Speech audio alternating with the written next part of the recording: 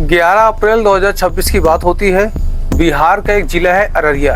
इसी अररिया में पड़ोस के गांव से आती है एक बारात में जब दूल्हा आता है तो उस दूल्हे को देखने के लिए कुछ महिलाएं इकट्ठे हो जाती हैं और जैसे कि महिलाओं का स्वभाव होता है आपस में चर्चा करते हैं दूल्हा कैसा है देखने में। तो महिलाएं जो आपस की क्लोज होती हैं, दूल्हा अच्छा है बुरा है, ये सारी बातें आपस में करती हैं। जब पास में आती धीमे धीमे और पास चली जाती हैं। जब और पास चली जाती हैं दूल्हे को गौर से देखती हैं तो अच्छा बुरा सब चर्चा करने लगती हैं। तो उन्हीं में से दुल्हन के बहुत करीबी कुछ लोग होते हैं, वही लोग चर्चा करते हैं दूल्हे की उम्र तो बहुत ज़्यादा है, दुल्हन तो केवल 16 साल की है, दूल्हा 35 साल का लग रहा है। ये दूल्हा पसंद किया तो पसंद किसने किया? आखिर ऐसी क्या मजबूरी थी कि लड़की के लिए एक ऐसा दूल्हा पसंद किया जो उसे दोगुनी उम्र का लगता है। इसी बीच में एक महिला कहती है इस दूल्हे को दुल्हन की माँ ने पसंद किया, तो उसने कहा शादी होगी तो इसी दूल्हे से होगी वरना कहीं भी शादी नहीं होगी। तो ये बात सुन के दूसरी औरत एक जवाब देती है अगर दुल्हन की माँ को ये दूल्हा पसंद था तो खुद क्यों नहीं शादी कर ली और फूल सी बच्ची की शादी करा दी 35 वर्ष के व्यक्ति से। ये बात मजाक मजाक में कही गई थी, लेकिन किसी को क्या पता था कि ये जो दूल्हा है इसका अफेयर पहले से बच्चे की यानी दुल्हन की माँ से चल रहा है। दूल्हे का दुल्हन की माँ से 4 साल से अफेयर चल रहा था। ये बात किसी को नहीं पता थी, लेकिन जब ये बात पता चलती है उस समय तब तक बहुत देर हो जाती है, एक कत्ल हो जाता है और पुलिस जांच पड़ताल में जुट जाती है। और फिर लोग जब कत्ल का पर्दाफाश होता है तो लोग सोचते हैं अरे ये समाज में हो क्या रहा है, लोग रिश्ते नाते की इज्जत नहीं कर रहे तो रिश्ते नातों का भी कत्ल कर देते हैं। नमस्कार, हमें आपके दोस्त अरविंद पटेल स्वागत करते हैं आपके अपने YouTube channel crime story in Hindi में। साथियों, यहाँ पर हम लोग 1 अप्रैल 2026 की बात करते हैं। बिहार के जिला होता है अररिया और अररिया का ही एक थाना होता है आरएस। उसी आरएस थाना के क्षेत्र में ही एक गांव होता है जहाँ पर एक व्यक्ति होता है। एक व्यक्ति जो है अपनी पत्नी साजिदा परवीन को बाइक में बैठालता है और बाइक में बैठालने के बाद अपनी पत्नी के मायके यानी कि अपने ससुराल में जाके छोड़ आता है, लिटा देता है बिस्तर में। जैसे लिटा देता है उसके बाद चला आता है। कुछ लोग खबर करते हैं लड़की के बाप को कि आपकी बेटी आई हुई है, उसको लिटा दिया गया है, उसके शौहर ने लिटा दिया है, कोई हरकत नहीं कर रही है। ऐसी बात है। जैसे लड़की का बाप आता है मुदस्सिर अपने घर तो बेटी को देखता है तो कोई हरकत नहीं होती। जब शरीर को देखता है तो पता चलता है कई जगह चोट के निशान है। डॉक्टर को बुलाया जाता है, डॉक्टर चेक करता है और उस लड़की को मृत घोषित कर देता है।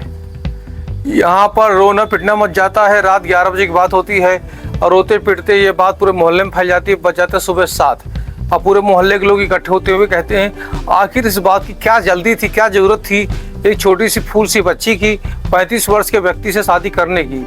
मुदस्सिर से लोग पूछते हैं और रोना पिटना मच जाता है। बहुत लोग परेशान हो जाते हैं कि ऐसी क्या मजबूरी आ गई थी जो उस व्यक्ति से शादी कर दी गई थी। बाप अपनी बेटी की बातें याद कर करके रो रहा था। बाप नहीं चाहता था कि उसकी बेटी की शादी हो, लेकिन माँ चाहती थी उसकी बेटी की शादी उसी व्यक्ति से हो। लोग यही जानने की कोशिश कर दरअसल मुदस्सिर की पत्नी जो होती साजिदा परवीन उसकी उम्र होती है 42 साल और जो ये आपकी होते हैं मुदस्सिर की उम्र होती है 45 साल। मुदस्सिर की पत्नी जो साजिदा परवीन होती है उसका एक व्यक्ति जो उसी के क्षेत्र का था उससे लगभग 4 साल से अफेयर चल रहा था। अपने घर में आना जाना होता था, पहले सब नॉर्मल था। एक दिन साजिदा परवीन कहती है अपने प्रेमी से, प्रेमी यानी लड़की के शौहर से, जो शौहर भी लड़की छोड़ने आया था, सास कहती है शादी के पहले की बात कि देखो हम तो मिलते हैं तो मिलने आते हो, अब लोग क्या है दूसरी नज़र से देखते, सही नज़र से नहीं देखते। या तो तुम मिलना बंद कर दो या तो एक रास्ता है मैं बताऊं। वो कहता है क्या रास्ता? रास्ता ये है कि तुम मेरी बेटी शादी कर लो। तो यहाँ पर जिस व्यक्ति का आने जाना होता है, जिसकी शादी नाबालिग लड़की से हुई थी, उसका नाम होता है अबू हसन। अबू हसन पूछता है मैं कैसे शादी कर लूँ, वो लड़की छोटी बड़ा अजीब सा है।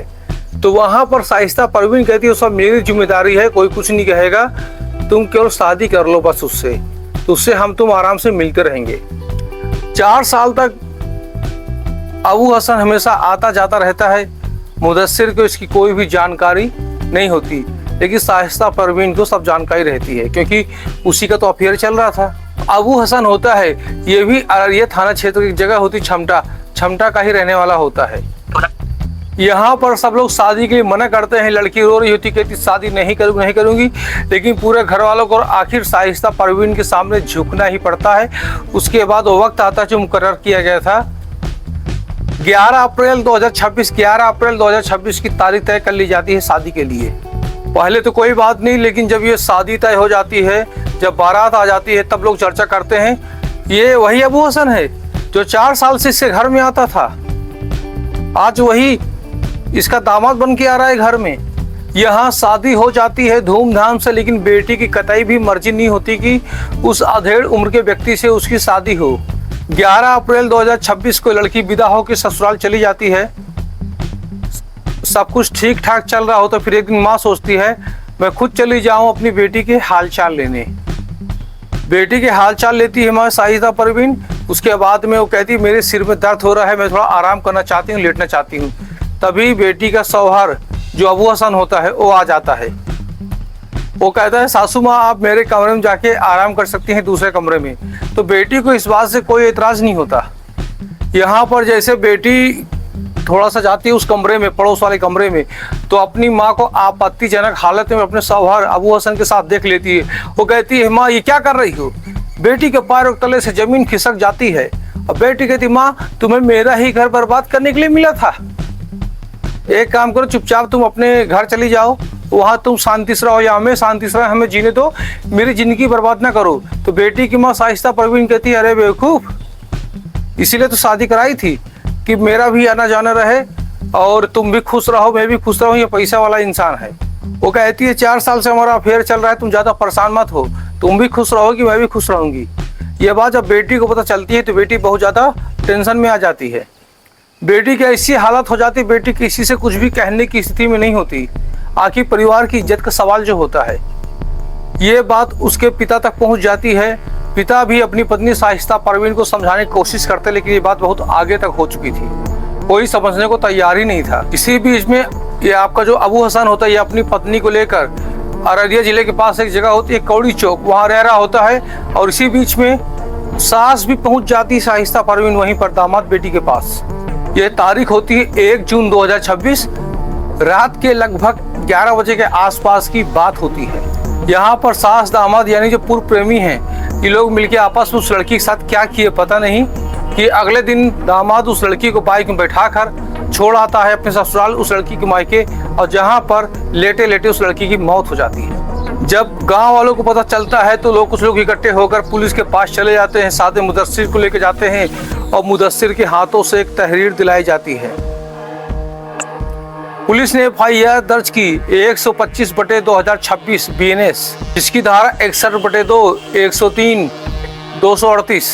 पूरी बात पुलिस को बताई। एक व्यक्ति 4 साल से उसके घर आता जाता है, उसकी पत्नी से उसके अवैध संबंध थे और पत्नी की जिद पर ही उस लड़की की शादी करना पड़ा उस व्यक्ति से। जिस तरह से उसकी बेटी की जिंदगी को बर्बाद करने के लिए इन दोनों ने फैसला किया और शादी के बाद में उस बेटी की हत्या करके घर में लाश छोड़कर भाग गए। पुलिस ने शव को अपने कब्जे में लिया, पोस्टमार्टम कराया, पंचनामा कराया। उसके बाद में उसका जो शौहर होता अबू हसन और उसकी माँ यानी प्रेमिका होती है शाइस्ता परवीन, उन दोनों को पुलिस करती है गिरफ्तार। गिरफ्तार करने के बाद उन दोनों को जेल भेज दिया जाता है। अगर आप लोग अररिया बिहार से हैं, आपको कोई भी अपडेट मिलती तो आप लोग कमेंट करना, हम अगला वीडियो बनाएंगे। दोस्तों कहानी आपको कैसी लगी, वीडियो को लाइक कीजिएगा और आपके पास भी कोई जुर्म की सच्ची दास्तां है तो आप लोग हमें इंस्टाग्राम में भेज सकते हैं। जय हिंद, जय भारत, वंदे मातरम।